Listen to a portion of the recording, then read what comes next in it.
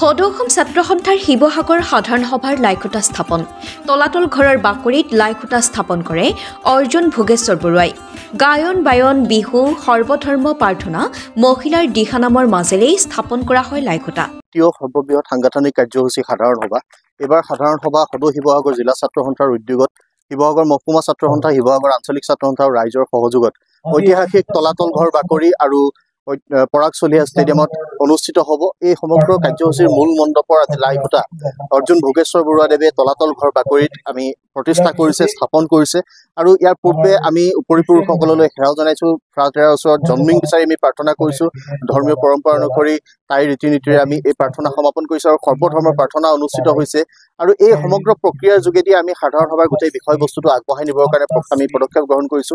সদৌ অসম ছাত্ৰ সন্থাৰ এই সাধাৰণ সভাখন অনুষ্ঠিত কৰাৰ ক্ষেত্ৰত আমি অসমবাসী ৰাইজৰ অভিভাৱকত্ব বিচাৰিছো শিৱসাগৰ জিলাবাসী ৰাইজৰ অভিভাৱকত্ব বিচাৰিছো আৰু সমগ্ৰ ৰাইজক আমি সাধাৰণ সভালৈ নিমন্ত্ৰণ জনাইছো।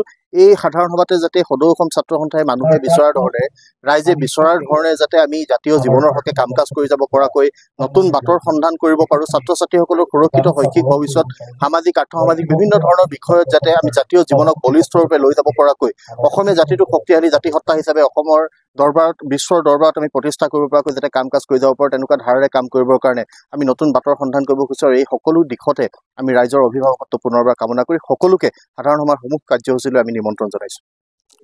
অহা ২৭ আৰু ২৮ জানুৱাৰীত শিৱসাগৰত অনুষ্ঠিত হ'ব সংগঠনটোৰ দ্বিতীয় সৰ্ববৃহৎ সাংগঠনিক কাৰ্যসূচীৰ সাধাৰণ সভা। Bureau' report reporter live Assam. ২০২৫ বৰ্ষৰ ২৭ আৰু ২৮ জানুৱাৰী তাৰিখে সদৌ অসম ছাত্ৰ সন্থাৰ সাধাৰণ অধিৱেশনখনি সদৌ শিৱসাগৰ জিলা ছাত্ৰ সন্থা আঞ্চলিক ছাত্ৰ সন্থা মহকুমা ছাত্ৰ সন্থা আৰু বৃহত্তৰ শিৱসাগৰবাসী ৰাইজৰ সক্ৰিয় সহায় সহযোগিতা আৰু অংশগ্ৰহণেৰে আমাৰ ঐতিহাসিক তলাতল ঘৰ বাকৰিত আৰু শিৱসাগৰ বিশ্ববিদ্যালয়ৰ পৰাগ চলিহা ষ্টেডিয়ামত অনুষ্ঠিত কৰিবলৈ আয়োজন কৰা হৈছে। এই উপলক্ষে আমাৰ প্ৰাৰম্ভৰ যি মাংগলিক অনুষ্ঠান মূল অধিৱেশনৰ লাইখুটা আজি প্ৰতিষ্ঠা কৰা হৈছে। প্ৰতিষ্ঠা কৰিছে অসম গৌৰৱ ভাৰত গৌৰৱ অৰ্জুন বঁটা বিজয়ী ভোগেশ্বৰ বৰুৱা ডাঙৰীয়াই।